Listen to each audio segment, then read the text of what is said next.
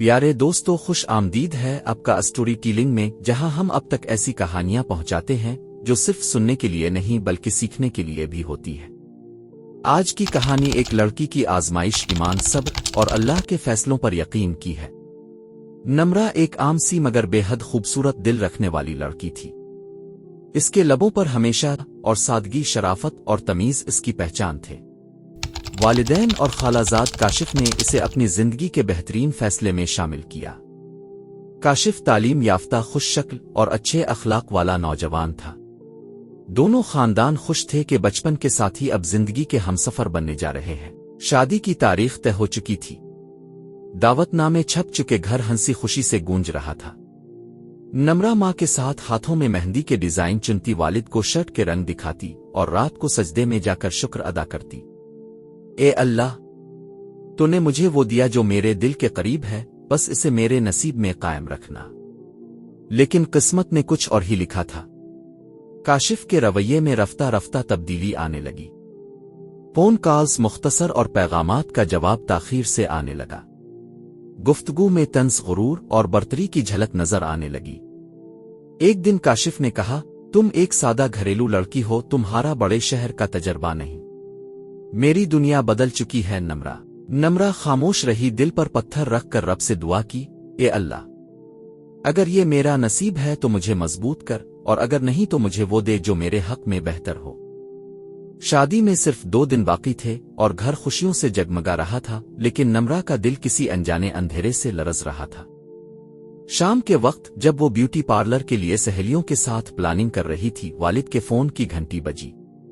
کاشف کے والد کی کال تھی۔ لہجہ سرد آواز میں شرمندگی، ہم معذرت خواہ ہیں، کاشف اب یہ نکاح نہیں کرنا چاہتا۔ نمرہ کے وجود سے روح نکل گئی جیسے۔ والد کی آنکھیں نم ہو گئیں۔ نمرہ کی زبان پر صرف ایک جملہ تھا، میری غلطی کیا تھی؟ چند لمحے گزرے اور ماں کو شدید درد محسوس ہوا۔ نمرہ نے فوراً انہیں سہارا دیا، لیکن ماں بے ہوش ہو چکی تھی۔ اسپتال میں ایمرجنسی، دوائیں، ڈاکٹرز کے چہروں پر سنجیدگی۔ نمرہ ایک کونے میں خاموش بیٹھ کر آسمان دیکھ رہی تھی۔ سب کچھ بکھر گیا، عزت، خواب، رشتے، اور اب ماں کی زندگی بھی خطرے میں۔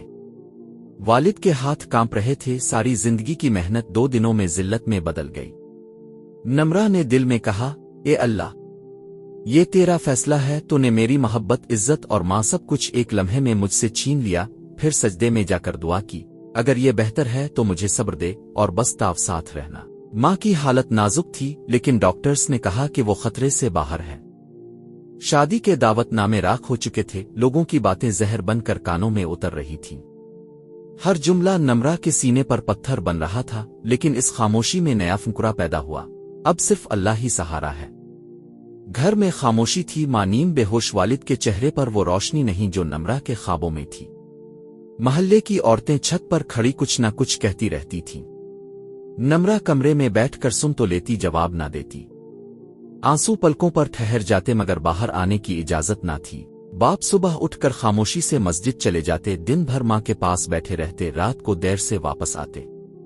نہ کوئی سوال، نہ شکایت، بس ٹوٹا ہوا اعتماد۔ نمرہ نے کہا، ابا، اگر میں نہ ہوتی تو شاید سب سکون میں ہوتے۔ اے والد نے آہستہ سے کہا، نہیں بیٹا، تم نہ ہوتی تو ہم بہت پہلے ٹوٹ چکے ہوتے۔ اسی دوران نمرہ کی ملازمت بھی چھن گئی۔ پرنسپل نے کہا، والدین شکایت کر رہے ہیں کہ آپ کی نجی زندگی تنازعات میں ہے۔ نمرہ نے گردن جھکا دی، ٹھیک ہے، میں کل سے نہیں آؤں گی۔ اس کا آخری ذریعہ آمدن بھی بند ہو چکا تھا، اب بس اللہ ہی سہارا تھا۔ روز تہجد میں اٹھتی، قرآن کھولتی، پڑھتی اور رو رو کر دعائیں کرتی، اے اللہ، تاو ہی جانتا ہے کہ میں نے کسی کا دل نہیں دکھایا، پھر یہ سب کیوں ہو رہا ہے؟ اگر آزمائش ہے تو مجھے صبر دے۔ ایک دن وہ چھت پر بیٹھی تھی، دھوپ ہلکی، آسمان صاف۔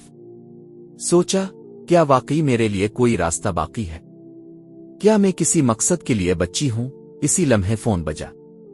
نمبر انجان تھا، لیکن دل نے اشارہ دیا یہ معمولی کال نہیں۔ کیا اب نمرہ بات کر رہی ہیں؟ نمرہ نے جواب دیا، جی، کون؟ ہم عزت ویلفیئر فاؤنڈیشن سے بول رہے ہیں۔ ہمیں خواتین کے لیے ایک نیا پروجیکٹ شروع کرنا ہے، اور ایک ایسی باہمت لڑکی چاہیے جو تکلیف کو سمجھتی ہو۔